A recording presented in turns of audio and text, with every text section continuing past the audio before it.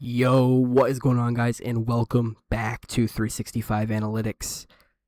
And today it is Wednesday, July 22nd, and day 8 of the 2026 NFL Position Ranking Series here on the channel. It is one of mine and one of most people's favorite days when it comes to ranking NFL players. Everybody's favorite, a hot topic, wide receiver. We will be doing our top 10 wide receivers today. Obviously, at the top, everybody knows the four names. They're at the top, but towards the back half of the top 10, there is some discussion to be had and some hot debates to happen. I'm going to get right into this. If you guys do enjoy today's video, please like, subscribe to the channel, and turn on post notifications for more content exactly like this. And without further ado, let's get right into our top 10 wide receivers in the NFL going into the 2026 NFL season. Starting off with the number 10 spot on the list, it is time to stop disrespecting this man.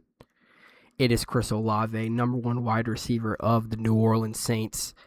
When this guy's on the field, and I get it, he's had concussion issues over the course of the years. I believe he's already suffered 2 or 3 concussions in his young career. I believe he's going into year 5, former Ohio State first-round pick. But when this guy's on the field, he is an absolute unit. He's an absolute beast for the New Orleans Saints. And in my opinion, a bona fide number 1 receiver and one of the most underrated players in the NFL as a whole. This past season, he was a second-team All-Pro, over 1,000 yards receiving, despite the QB carousel that the New Orleans Saints had over the course of the season with Spencer Rattler and then Tyler Shuck and then everything that they went through as a team. So this guy is a bona fide star. I prefer this guy over guys like Drake London. I prefer this guy over guys like Devontae Smith. So, yeah, that's kind of a hot take. I'd say most people would think. But at number 10, Chris Olave.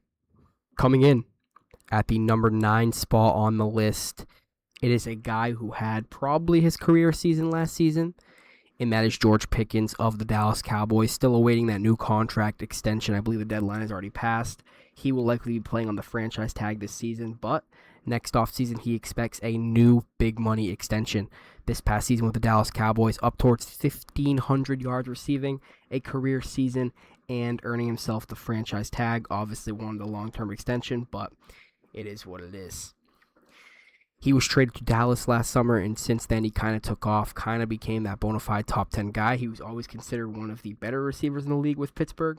Had some character concerns, and I'd say those character concerns haven't really gone away, but everybody knows how good this guy is. Had an outstanding season last season alongside CD, and he comes in at number 9 on the list.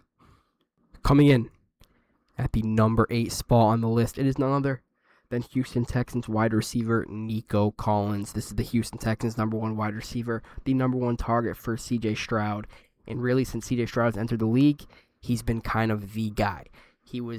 He played with Davis Mills. He played before C.J. Stroud, and he sort of flew under the radar a little bit. Decent player, but really hit his stride when C.J. came to Houston and really became that bona fide number 1 guy and a good deep threat. I mean, this guy can do everything. I wouldn't say there's one thing this guy really does outstanding, better than everybody else, but he can do everything. He can contested catch. He's a deep threat, and he's really an all-around really good receiver, and he comes in at number 8 on the list. Coming in at the number 7 spot, it is Mr. June 1st. And I joke around and I say that because for so long it was like, this guy's going to get traded on June 1st, June 1st, June 1st, and evidently when June 1st rolled around, A.J. Brown became a New England Patriot. So this is Drake May's new number 1 guy. He has had elite seasons before. 2025 was kind of, I don't want to say a disappointment, but it wasn't as good as his previous seasons. Then again, Kevin Patullo and the Eagles offense had a lot of problems as a whole. Him and Jalen Hurts, rumors they weren't getting along and they didn't have good chemistry and all that. But he is Drake May's new number 1 guy, and I think he will thrive in the New England Patriots offense. I don't know, because that is a very deep wide receiver room in New England. He obviously likes the ball. He has a very high personality, so it'll be interesting to see how that meshes with Drake May and the New England Patriots. But he reunites with Mike Vrabel, and he comes in at number 7 on the list. Coming in at the number 6 spot, we have Jared Goff, security blanket. Mr. Detroit Lions slot himself, slot receiver Amon-Ra St. Brown. This guy was a 4th-round pick out of USC. Everybody remembers the story where he can remember all 16 wide receivers that were drafted ahead of him in the 2021 NFL Draft. Since he got to Detroit, he's really taken off. He's been one of the bona fide top 10 receivers in the league for a few years now. He's not really good at contested catching. He's not really an elite deep threat. He's just that guy. He's similar to a tight end in the fact that middle of the field, short to intermediate yardage. That is Jared Goff's guy out of the slot. He racks up yardage, he racks up receptions, and he racks up volume for that Detroit Lions offense. And that's really what makes him so good, how consistent he is, and how he supports Jared Goff in times that are needed most. So he comes in at number 6 on the list. Coming in, starting off the top 5 with Dallas Cowboys number 1 wide receiver, CeeDee Lamb, former Oklahoma 1st-round pick.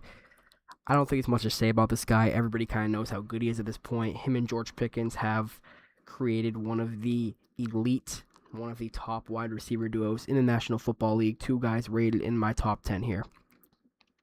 George Pickens is more that go-get-it jump ball guy, and CeeDee Lamb is more that shifty, deep threat, and quick guy. Obviously, both of them have their own game. Both of them are absolutely elite at what they do.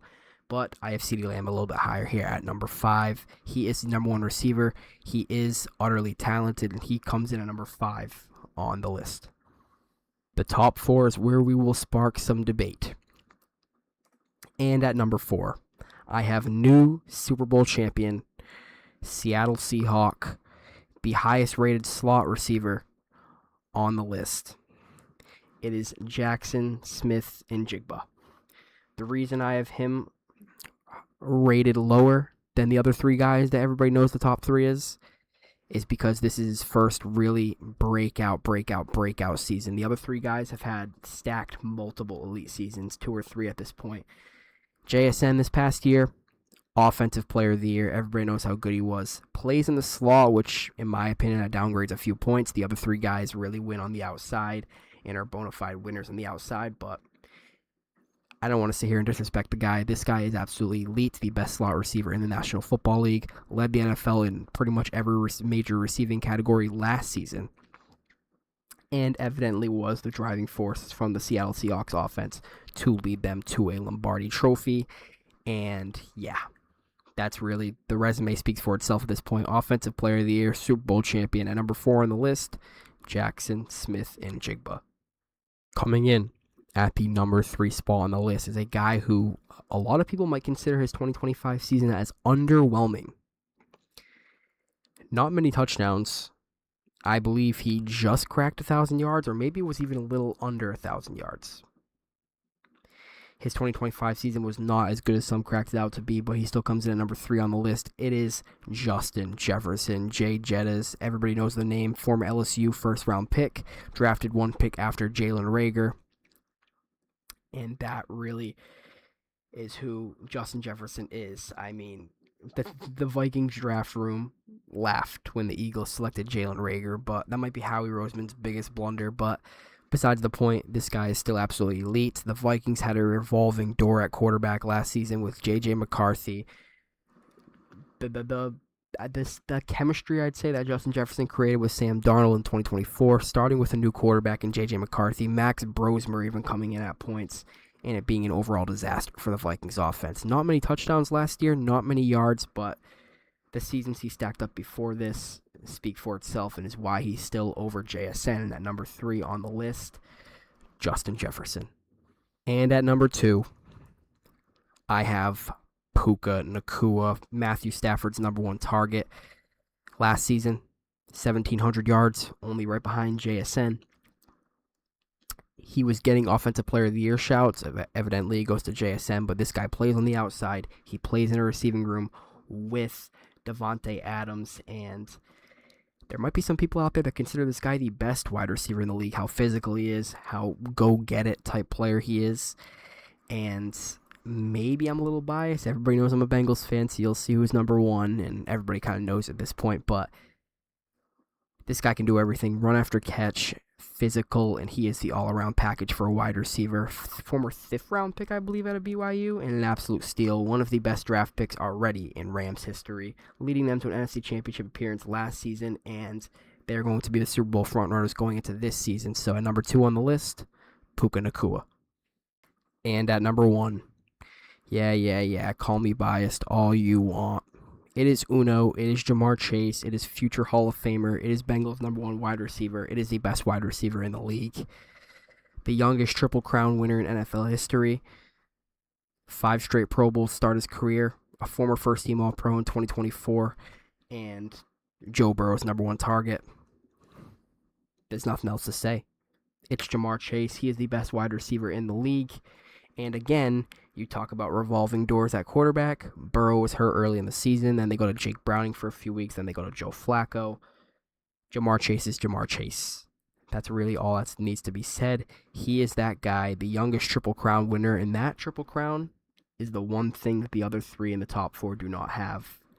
And that is why I will call him the best wide receiver in the league. At number 1, Jamar Chase. And here is the full list. I mapped out my top 30, actually, so we won't read over every single one. But you have the top 10 of Chase, Nacua, Jefferson, JSN, CeeDee Lamb, Amon-Ra St. Brown, A.J. Brown, Nico Collins, Pickens, and Olave, who I went over. And then you can see the rest of the top 30 with the honorable mentions here.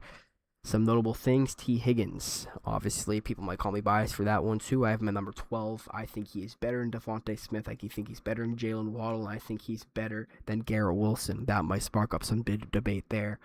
Malik Neighbors at number 19. He should probably be higher, but he's just hurt. He's dealt with some injuries in his first 2 seasons now. Mike Evans, the first time he's missed a 1,000-yard season in his career this past season in Tampa. Now a 49er, number 20. Alec Pierce, one of the more underrated deep threats at number 23. Free agent Stephon Diggs at number 26. New Pittsburgh Steelers Michael Pittman Jr., who had kind of an underwhelming last season at number 27. New Buffalo Bill DJ Moore at 28. And Jordan Addison at 30 tops off the list. But you see honorable mentions. Free agent Tyreek Hill had a gruesome injury last year. We'll see if he ends up signing in Kansas City like everybody expects. Michael Wilson was very, very good down the stretch last year for the Cardinals. Same with Parker Washington for the Jaguars. Then you have Calvin Ridley, Chris Godwin, Rashee Rice. Lab McConkey was kind of underwhelming last season, but we'll see if he can rebound in 2026. And Romeo Doubs, New England Patriot, former Green Bay Packer, made some plays last year for the Guardian Cap Demon. But, yeah. That is the wide receiver rankings. If you guys did enjoy the wide receiver rankings and today's video, please like, subscribe to the channel, and turn on post notifications for more content exactly like this. And I'll see y'all tomorrow. Top 20 running backs. We'll end up mapping out our top 10 for the voiceover. But top 20 running back list and our top 10 voiced over. So stay tuned for that. We'll have quarterbacks on Friday.